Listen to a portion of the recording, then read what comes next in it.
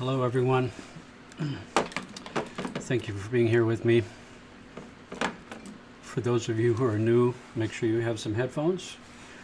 These soundtracks are meant to do something to your brainwaves, to entrain your brainwaves, and to link all of our brainwaves together as we all listen to the same soundtrack.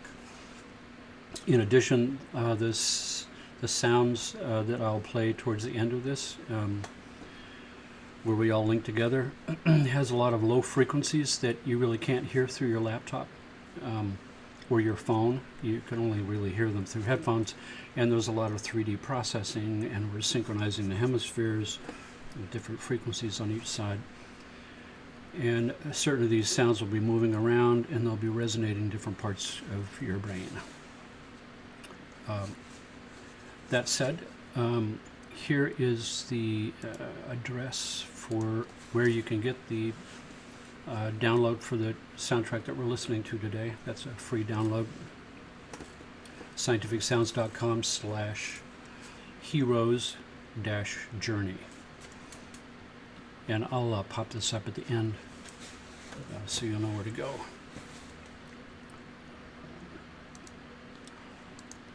So I just wanted to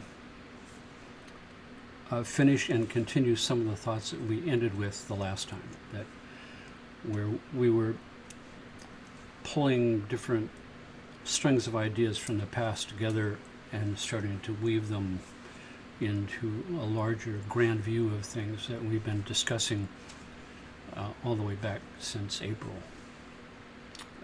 The idea of how the quantum field is different in the rules of the universe than the Newtonian field that we appear to be living in here, where things seem to be solid and time only runs in one direction, and you can't be more than two places at once, and you're either here or you're not here, and you're not some twilight zone in between.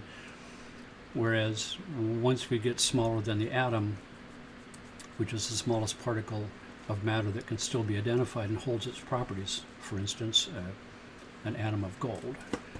Just below that level, it's just protons, electrons, and neutrons, and so that's what I call the wall between the Newtonian world that we experience here and the quantum world that seems to have strange rules. And we had talked about Schrodinger's cat paradox, Heisenberg's uncertainty principle, Einstein's E equals mc squared, energy equals matter, that the real is just one thing in the universe. And it's, from one standpoint, you could say the entire universe is spirit. Or you could say the entire universe is matter, including spirit. It's just spirit is the most refined form of matter, and matter is the most condensed form of spirit. Then delving deeper, where we get to the base of the quantum field itself, the root zone, where we find out that the smaller and smaller and smaller particles that things are made of finally reach a place where there's nothing inside the smallest particle except energy pattern relationships in a state of vibration forming standing waves, and the standing waves form these patterns that look solid but they're not. Sort of like the dancing sand particles on the Chladni plate that form these patterns with certain sounds, certain frequencies make different patterns, and the lines that form of these sand particles, they form lines and patterns, look like they're solid, but when you look really closely through a magnifying glass, all you see is dancing sand particles on the node and antinode of the sound wave, the standing wave. So the quantum field is like that. Except instead of dancing sand particles, something is resonating that nobody can measure. And when we analyze the ancient texts, the Sutras of Patanjali and the Vedas and other sacred literatures that are almost 4,000 years old, all of those talk about this exact same thing. It's like quantum physicists discover ancient literature. And that discussion all has to do with what is vibrating at the root of reality, this idea that a large percentage of everything in the universe is actually space. the vacuum. And in reality, it's not a vacuum at all. It's something that's there, that's very subtle, but it's in a state of resonance. And the state of that resonance forms everything that we know. Appears to be solid, but is nested standing waves. And the nesting of those standing waves follows the same laws of music theory that we see that makes chords and music and things that are pleasing to our mind. Why? Because it's subconscious pattern recognition. The part of me deep inside that designed the universe based on music theory loves to hear that reiterated on the outside as musical chords and progressions that follow those same rules. It pleases my deepest unconscious to have that restated. So, deeper layer than that, some scientists say that what is vibrating at the root of reality is unimaginably small strings, or string theory. And in my view, once again, we must not be fooled by the fact that these strings are not solid. Once again, these are also standing waves that make it look like there's a string, just like it looks like there's lines of sand on the Chladni plate. The strings are actually themselves accumulations of nested standing waves of something vibrating. And the ancient texts tell us that what that is that's vibrating is consciousness itself. The substrate of all reality is consciousness. And consciousness is having a vision, a vision before words, before a thought. It's a dream. It's an imagination. It's a thought without thinking. It's impossible to describe, but it is possible to experience, and experience directly in real time with the present moment, which is outside of time. And that means that anything that I can come up with my mind to try to describe what all of this is really all about, what the nature of reality is, I'll always fall short. I'll always be wrong. I'll never be able to completely encompass what it is, because by thinking thoughts, I have to define things, I have to name things so I can walk around them and describe them from all standpoints. And you can't walk around the outside of infinity. So because of that, you can never completely describe it. You can only describe what's in front of your face right now. You can't encompass the whole. You can only do that from here, before a thought, as something that is that's even bigger than the biggest emotion that you can pull up to describe it. Just as the biggest think that you can think to try to encompass these mind-blowing ideas of endless infinity, and the idea that the path comes to a fork and it goes forever. I'm fated to walk the path. I'm fated to make a free will decision, and each fork comes to another fork forever. And when I arrive in the next moment from now, and the lid flies off Schrodinger's box, there's no cat inside. It's all possibilities stretching to infinity of anything that could happen. And one school of thought, as we said, points out that each one of those could turn into a parallel corridor where the reality marches forward in an infinite number of corridors at once and plays out every one of those possibilities moment by moment by moment. Each new moment of each corridor leads to a new infinite number of corridors that plays that next moment out forever. That kind of idea is the kind of thing that stretches your brain out until it reaches its snapping point. And then there's a possibility where your mind blows open, and then you have a higher dimensional way of thinking that is before a thought. And there's an emotion involved with that, an emotion that I tried to describe before, that awe is maybe the best word you can come up with, an ecstatic awe state of having your heart, your emotions blown open, so that your emotions can encompass something bigger than any named emotion we've ever had. And as we go back to talking about the weaving of all these standing waves, these strings in 10 dimensions, and forming what appears to be things that are solid, which are really not. And it's the intuitive kind of level of understanding of this phenomenon that has been played out through ancient cultures as far back as before the written word. And exemplified in these traditional high-end quality carpets, the ones that are the museum quality carpets.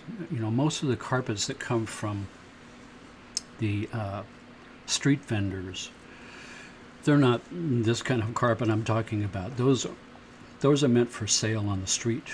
They have around 90 knots per square inch. These museum quality carpets have 2,500 knots per square inch, which means you can have 1 square inch with 24 little flowers, and each flower has got all kinds of different colors and shading. And these types of carpets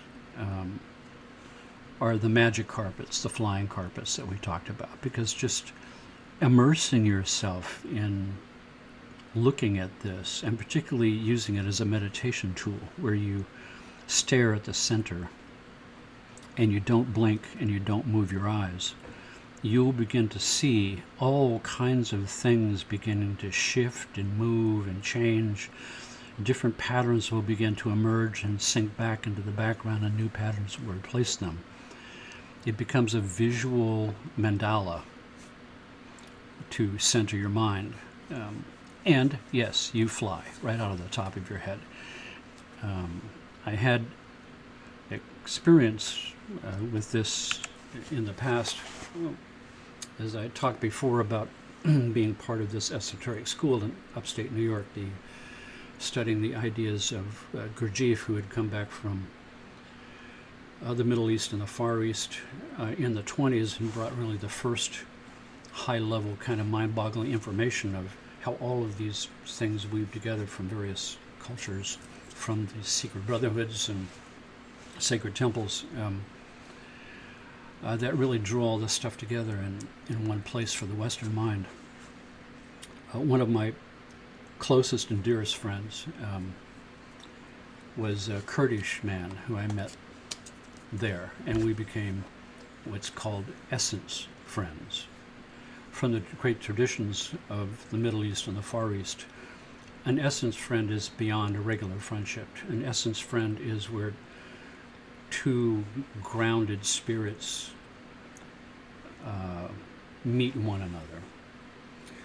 Right through your physical envelope and your physical personality, you meet each other on another plane. There is a recognition of kindred spirit.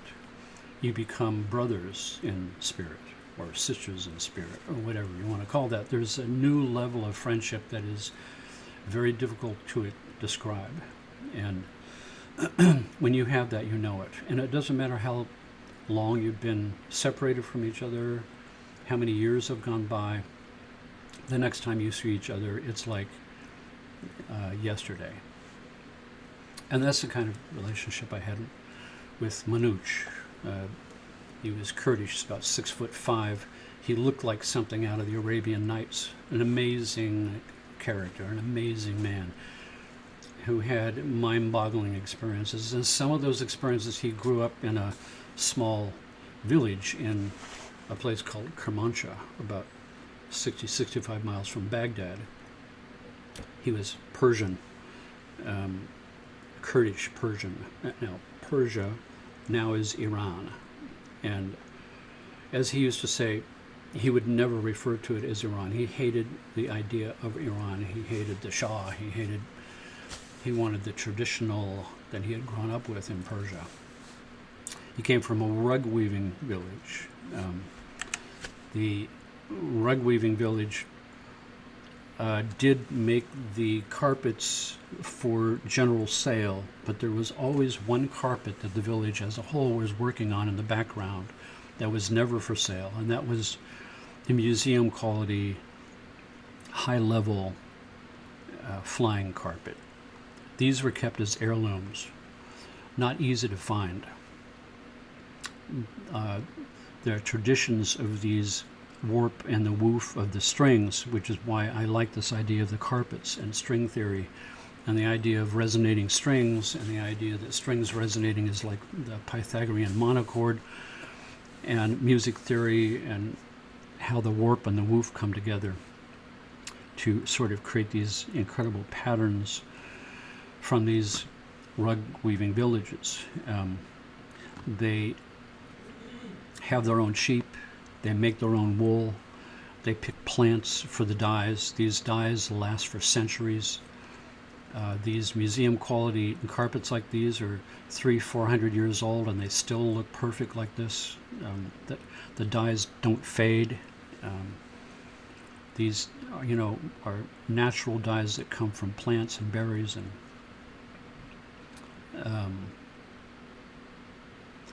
but there's always an elder in the village that leads a chant, and the chant is the chant for the design of the magic carpet. So he's the one who learned this chant from his grandfather, and the chant, he leads the chant, and the weavers chant the chant, and that is the knot sequence for the designs of these carpets, which gets passed down from generation to generation to generation without changing anything in it. It's a sacred trust to transmit this information, this chant, so that not a single word ever gets changed, so that you can have the same information a few hundred years ago pass all the way to the present generation and not have anything changed or lost, or what they call wiseacred away by somebody deciding that they think it might be better if it was done this way. So the transmission of sacred knowledge was always passed this way in the sacred brotherhoods. The temples and the monasteries, the esoteric group was in charge of the transmission of ideas down through the generations, so that it would not be changed, that it would always remain pure and sacrosanct, so that important information about the truth of reality could transmit to future generations in its purest form and not be changed by the people in between. So the only way you could really accomplish that is to make a religion out of it, to make it a higher purpose. So, we go back to these incredible magic carpets like this. And we see that as time goes forward, those carpets became the stuff of legend, and the idea of legend, the idea of story, is part of how essential sacred information is transmitted down through the generations without being changed. Fairy tales, epic tales, and that's why I'm entitling this The Hero's Journey. The Hero's Journey has certain elements of a story that always sort of remain the same on a few different themes, where we have, this magic carpet becomes a magic flying carpet. And then there's tales that have to do with this, like the Arabian Nights. There always seems to be some story of an ordinary person who finds out that they have special powers, or that they are charged with a great quest for an unbelievably important purpose, and they go through a series of denial and then a series of not wanting this mantle passed on to them, and then being irrevocably forced in the position where they wake up to their own power, and then they do go on this hero's quest, and they conquer. And there's lots of rights and tribulations that go with these stories. These are the great epic tales of all time that many of us are familiar with, particularly if we have paid attention to or gotten very interested in the power of story, the power of myth, the power of the great tale. So, we go back to these the strings and the carpets and the flying carpets and the tails, and then we get into a practical use of that. For instance, Sigmund Freud's famous couch was covered with these same oriental carpets I'm talking about. These are the museum quality carpets. And the whole part of the purpose of why using these carpets was because they strike something in the deep unconscious mind. Something about these patterns and these colors and the ancientness of them communicates something directly at an unconscious level without my rational mind really understanding what's going on. But it sparks an ability to have access to the part that you might be trying to get to as a psychotherapist. Now, there was this period where a number of the greatest techniques all arose pretty much at the same time. Sigmund Freud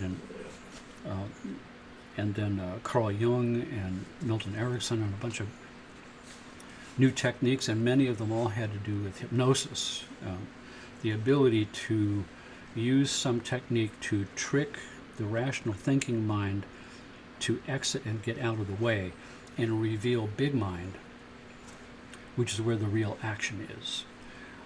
And then the various of those techniques was, once you can expose this big mind, how do you talk to it? How do you get it to change? How do you convince it to change its worldview? And therefore change my life. And this is at the core and the heart of this whole series, the idea of bringing all of us together, bringing our deep mind, the connected mind, what Carl Jung called the collective unconscious, weaving it together, aligning it together for a purpose. And that purpose is to change my life for the better and change the world in the process for the better. And then you have to grapple with, what does better look like? What does better mean? And you can't get there. You can't understand what that means from here.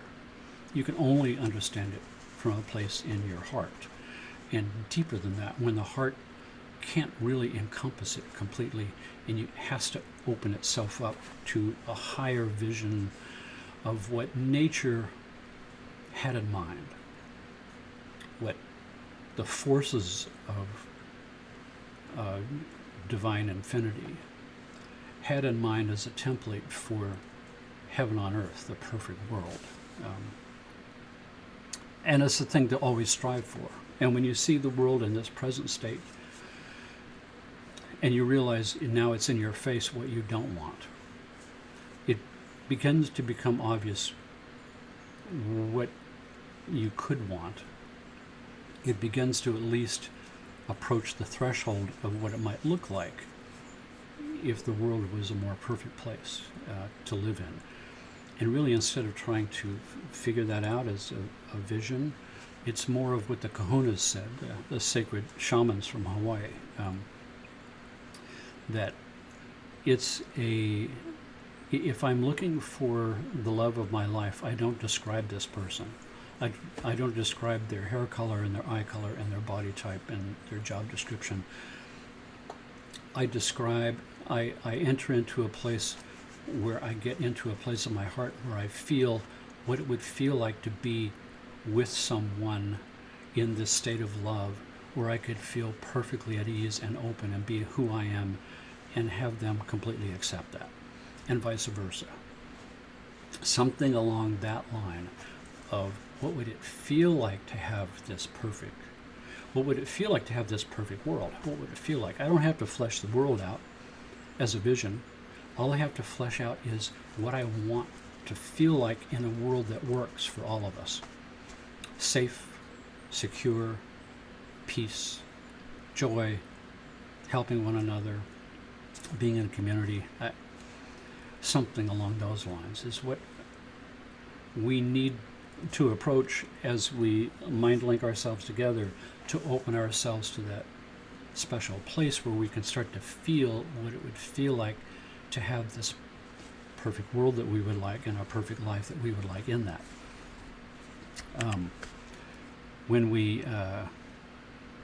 So here we had Carl Jung, who was a contemporary of Sigmund Freud. They were at university together, and they became friends and colleagues and had many discussions deep into the night. And eventually that relationship broke apart because Carl Jung went in a very different direction than Sigmund Freud. Sigmund Freud was convinced that at the base in the unconscious mind was the primal desires that had all to do with sex. And it's the frustration of that primal drive which created all kinds of problems.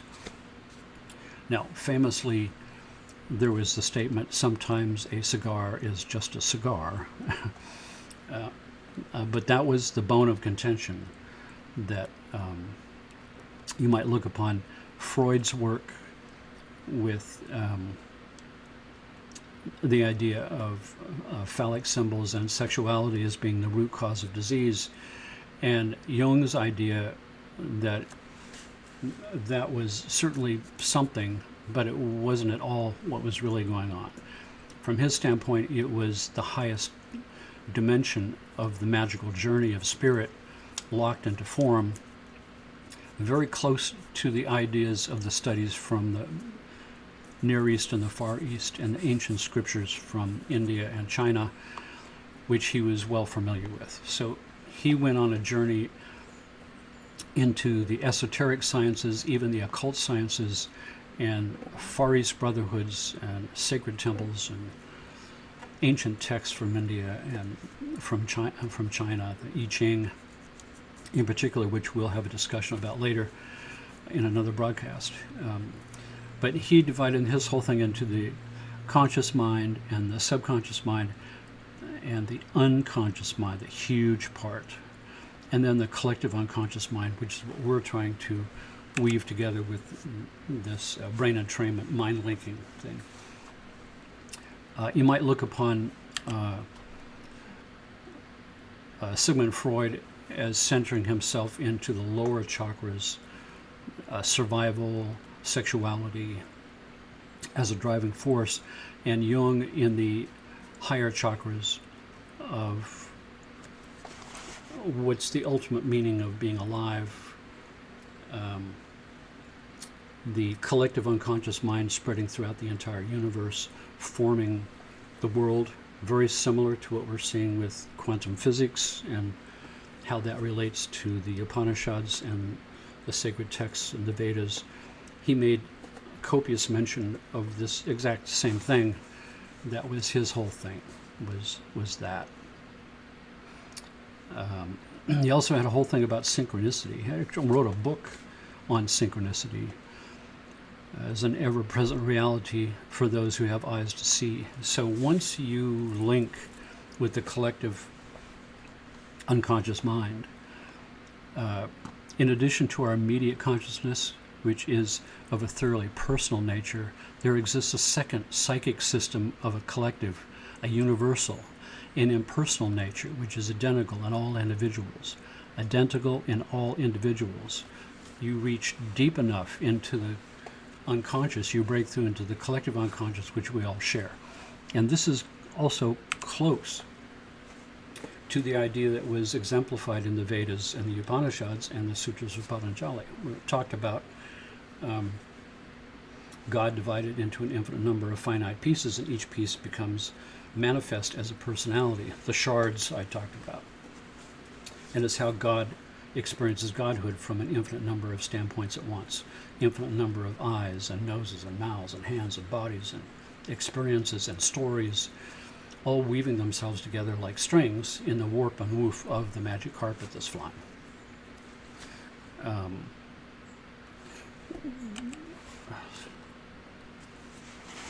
So Carl Jung also used hypnosis, like Freud.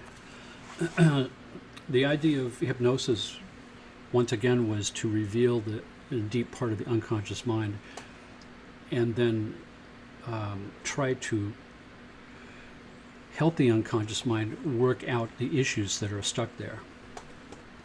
And the language of the unconscious mind is dream imagery, surreal dream imagery. That's the language of the unconscious mind, which is stoked with metaphors and allegories. So, you know, if you're on a mundane level, if I needed to hypnotize you to stop smoking, then I'm not going to be laying down, you no longer feel the desire to smoke.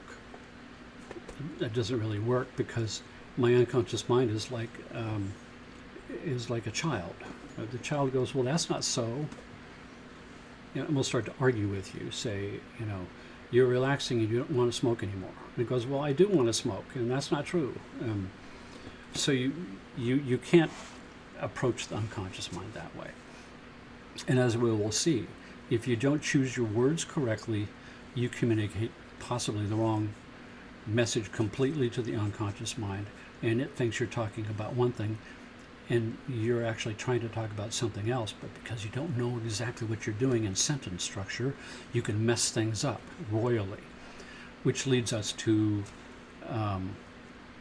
Neuro-Linguistic Programming, NLP, and we'll discuss that next time in much more detail. I had a personal involvement with one of the two founders of that, Richard Bandler, and I can tell you some tales from that. That'll be next time. But the idea of going into the unconscious mind and then communicating with dream imagery, a story, the language of the unconscious, is really how to make us change. So back to our previous example.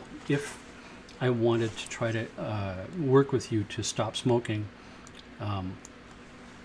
then it might be more like, I will guide your dream imagery, and we'll go on a journey, a story. And the story is that you are a young wizard, and you never realized you were a wizard, but when you finally wake up to the fact that, oh, I'm a wizard, I've got these powers, and then you meet your sage, your master, who guides you through the process of learning to control your powers and build yourself up, so you start to put on the mantle of what it means to be a wizard and not an ordinary person.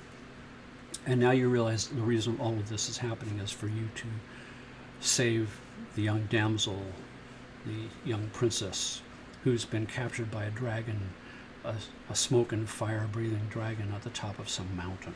And so you go on the quest, and you conquer the dragon with your magic sword, and you bring the damsel down. And of course, the smoking dragon is the cigarette, is the smoking addiction, which you think is unconquerable. To you in your unconscious mind, it's just as unconquerable as a dragon on the hill. But first you have to empower yourself and get your magic sword before you can deal with it. That's what we're doing surreptitiously at unconscious level, because the unconscious mind doesn't know the difference between the things that happens in that realm and the things that happen out here. Once I've conquered a dragon with a sword on the inner plane, stopping smoking a stupid cigarette is small potatoes, because I've done something 10 times, 100 times, 1,000 times more difficult than that, which is conquering a dragon that breathes fire and smoke. So that's the kind of way that we address these things. It's the same thing with the most famous little boy, I think it was at Johns Hopkins or Mayo Clinic, who had the inoperable brain tumor, and he imagined the tumor was a mountain of Swiss cheese, and he had a super soaker squirt gun filled with honey, and he would fill the holes of the cheese with honey every day. he would visualize filling the holes with the super soaker, and as those holes got filled up, it would harden, and the mountain of cheese would suffocate and get smaller and smaller and smaller, and so did the tumor. It was the metaphor, it was the allegory, it was the way of speaking to the unconscious mind through visualization using its own language, the language of surreal, dreamlike imagery. And that brings us to Joseph Campbell and his work, which really was where the hero's journey came from. The power of myth, the power of story, and how these levels of story, the story of the hero's journey, the story of the great undertaking, the heroic journey, which has woven itself through every culture on Earth as a means of transmitting ideas from one generation to another about a core story that is emblematic and a metaphor for each one of us. It's the tale of a person who wakes up in what appears to be an ordinary world and begins to slowly understand that this world is not at all what it seems, that this world appears to be ordinary, appears to be job descriptions and news cycles on CNN and asphalt on the streets and cars with rubber tires. And in reality, it's a magical journey of spirit going through many lifetimes and forms on the most epic journey of the entire universe, of all reality, the epic journey to find out my true nature and realize that the world is filled with magic and is not what it appears to be. And when I lose that sense of the magic of living and being alive, then I begin to die. That's when I get sick. That's when the pain begins to arise. And if humanity as a whole was a person, a patient of mine, this person would be in great need of care. This is a world that has thrown magic completely away, that believes that everything in the world is mundane, that the world is about profit above life, that the world belongs to us somehow. We own it and we can do whatever we want to with it. It's a world where other living beings and creatures who are not human beings are devalued and don't have as much value in the sacred levelness of all life and all things that are alive and sentient and unsentient. But everything is sentient because it's all God. So this idea that we pay no homage, we pay no respect, that we stomp on other creatures' habitats and we cause them to go into extinction, that we pollute and destroy the planet itself that we depend on, shows the level of disconnect that our species as a whole has and how bad that really is. And one thing that Carl Jung said was, what you can't deal on the deep unconscious level, you project into the outer world and manifest it there to deal with. And that is exemplary too with the human race as a whole. Our collective unconscious mind is battling with our demons externalized into the physical world right now. And it's now in our face.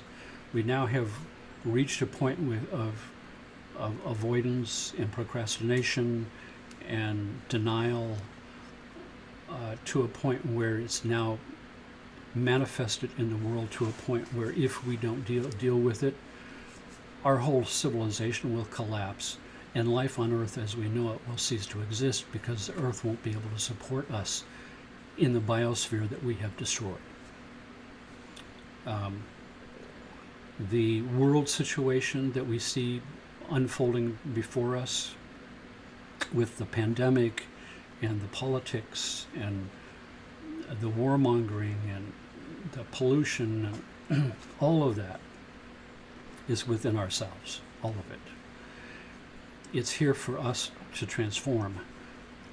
And as I said once before, The possibilities of us mobilizing a political force equal to that is fairly almost impossible, because it's so entrenched over hundreds and hundreds of years. Really, that battle is a battle of light on the inside, in a special magic zone in the collective unconscious mind. And born out of this crazy situation that we're in is technology itself, which is partly what's destroying the world, and is also coughing up this ability to use technology to defeat this whole thing itself, which is my proposal with Lindisfarne 3. The idea that we can use technology of viewing what happens in the brain and in the autonomic nervous system, and precision of sound waves and brain entrainment and headphones and internet and all this other stuff. We use this technology to defeat the process that is destroying us. Joseph Campbell, one thing that comes out in myths is that at the bottom of the abyss comes the voice of salvation. The black moment is the moment when the real message of transformation is going to come. At the darkest moment comes the light. And here we have the great tales, the heroic journeys, the heroic tales, which are all metaphor tales of your own unconscious journey in your own life. Gilgamesh and the Odyssey and the Iliad, the Arabian Nights and Percival and Merlin and Arthur, and all of these tales. The great epic tales would have similar epic stories of conquering yourself, conquering your own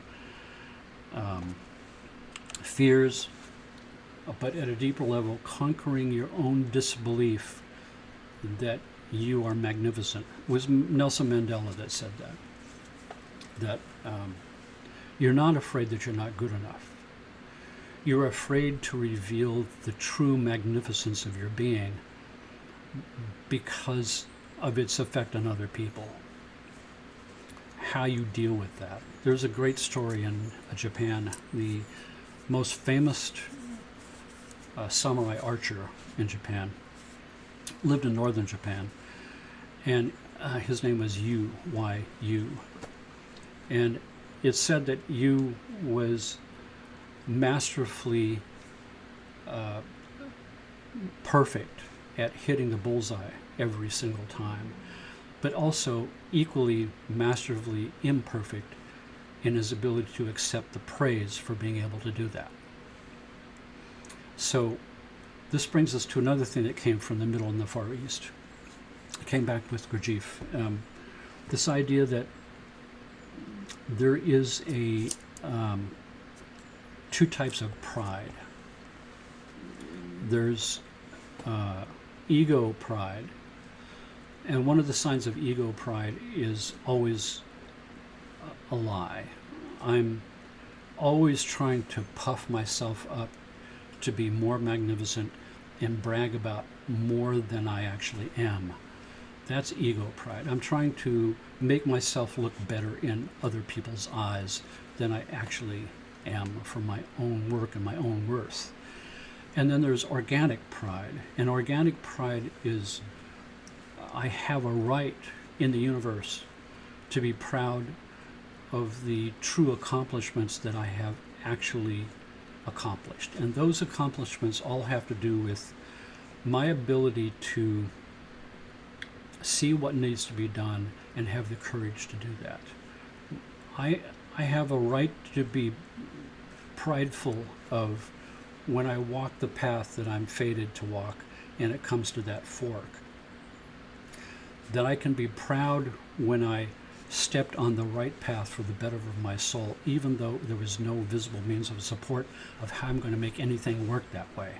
It was a sort of a leap of faith that the universe will be there for me, and it will be there for me with these synchronicities that Carl Jung talked about. As soon as you make those right decisions, you're dancing with the universe again, and the synchronicities begin to play themselves out because the universe is now playing with you. It's saying yes to you. It's opening the doors. It's turning the lights green. Things happen seemingly all by themselves. And that's a sure sign that you are on the right path. And you have the right to be proud of that decision that you made based on a sort of leap of faith, of an understanding of how the whole thing works.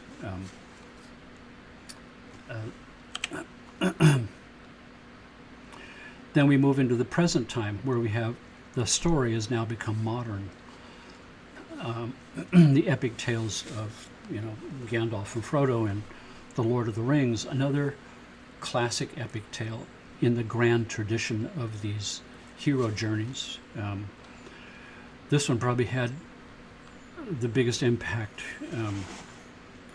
and part of the reason why Avatar had such a big impact was because it touched at the soul of what I discussed before, rediscovering your indigenous self and your core connection to the matrix of all life and all living things, including the living being of the planet that you're on. And reclaiming that from the evil forces who don't understand that at all and want to take it away from you and destroy it for profit.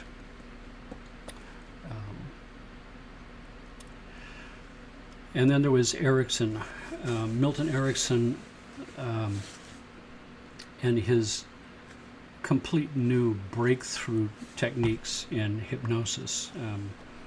His techniques have stood the test of time, and his breakthrough techniques really was at that core of really developing the dream imagery and the language of the unconscious mind to communicate and shift the unconscious mind and change it, and change your life and heal you and all kinds of things like that. So his thing was to guide you into a hypnosis session and then plant you in a dream.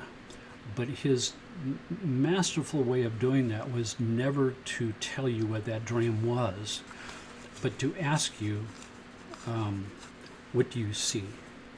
Where are you? What do you see? And you'll describe it. You'll say, I'm at the edge of a forest, and there's a vast plain, and there's a mountain range in the distance with a river. And he says, make your way to that mountain. And so now you're going to make your way to this mountain. When you get to the mountain, what do you see? And he'll describe, and then you'll pick something out, or you'll ask him to pick the one that is his first impetus to go. And you help this person on a shamanic journey on the inside to find the place in their unconscious where the answers are. Very, very powerful stuff. And all of these techniques are made more powerful the deeper in the hypnotic state you can get. And essentially it's a hypnagogic state. It's just this out of the way and this revealed. It's not some special state that you don't know about or you couldn't possibly get to.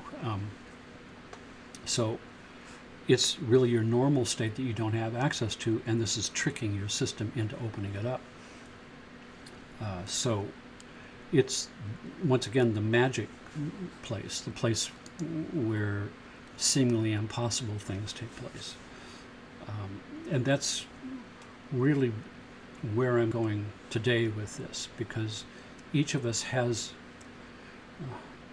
an understanding of this at some place in us, and all of us, each one of us, has our own epic journey that we are currently on, the journey of a lifetime, the journey that spans beyond time, the magic journey of a star being moving through forms to learn the great lesson of all time, to find the truth about myself and what this is all about, and that it's a co-created reality between me and my big self, God, my big self.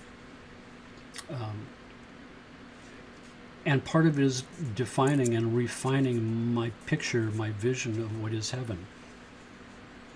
I might get to that place and I get this vision, and the universe delivers that to me, and I go, oh, you know what? I forgot this part and this part. I forgot about those. So you go back in and you refine that and polish it up, and the universe delivers that to you, and you go, that's better, but I didn't think about this more subtle thing, these imperfections, and you go back and you clean those up, and the universe delivers it to you. And then at a certain point when you've got it just about right, you go, nah, that's not it. Let's start all over again. This could be lifetimes. This could be, lifetimes in a universe where time doesn't even exist. So it's a mystical thing. Even astrophysicists say, what is the body? Every atom in your body was once inside an exploding star. That's why you've got elements. That's why this body can exist. It's because a star exploded and elements came out, and all the atoms in my body were once inside of a star. And all of the protons and all of the atoms in my body are the oldest particles in the universe. So don't tell me that you're X number of years old. You're actually composed of the most ancient stuff there is. So today is a heroic journey into a magical zone. That's where we're going today, the magic zone, where we can allow this stuff to let go, allow our grown-up adult mind to let go and reveal our childlike mind that still believes in magic, that when the world was new, everything was magical. When I was a small child, I would spend time in the grass looking at the leaves and getting my face close down to the earth and seeing down between those grass blades and the flower stalks that there's a whole environment down there. There's dirt with pebbles, and then I can shrink my mind down and be at that level, the size of an ant, and I can see these massive swaying grass blades reaching up into the sky far above me, and monstrous stalks with flowers way up in the sky. And I'm walking some dirt path with boulders, and there's bugs and creatures and ants that are as big as horses, and that's childhood. It's in the imagination, and it's here. It's the wonder of the universe. Size, dimension, speed, all mean nothing. It's all part of the same collective unconscious thing. So this current soundtrack is following some ancient rules of the call to the great journey. It begins with the bone rattling, fluid moving, low frequency movements around the brain. This is the grounding of you in the path of the story. The second part is the call to action, and it uses Tibetan bells. So there will be 3 calls to action, and each of those calls gives a glimpse of the magic realm, and there will be 3 of those. And then after the third one, the magic realm completely opens up, and then you float in this magic realm all by itself until the end. So that being said, here's our headphones. Everybody with their headphones.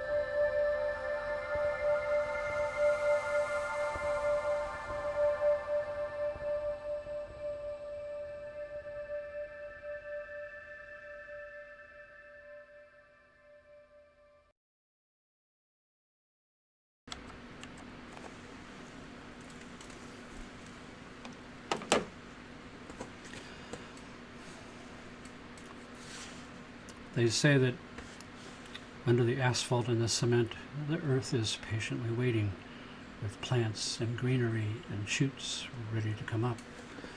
So it is, I think, on the inside too. Inside of ourselves, our soul is covered with asphalt in certain ways. And real nature is waiting underneath patiently to come forth.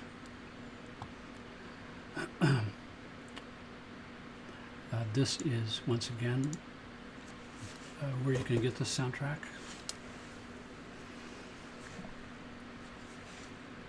scientificsounds.com/heroes-journey. For those of you who are new, you can go on to YouTube, search my name, Dr. Jeffrey Thompson. Click videos. You can see all of these past live broadcasts all the way back to April.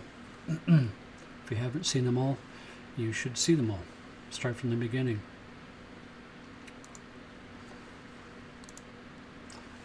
Next week, Sunday, we'll be here at the same time, 12:30, and we'll be pulling together more strings and weaving them together. So thank you all very much for being here. It's my joy and my pleasure and my honor to be here with you. Stay safe, stay happy, and stay healthy, and I'll see you next Sunday.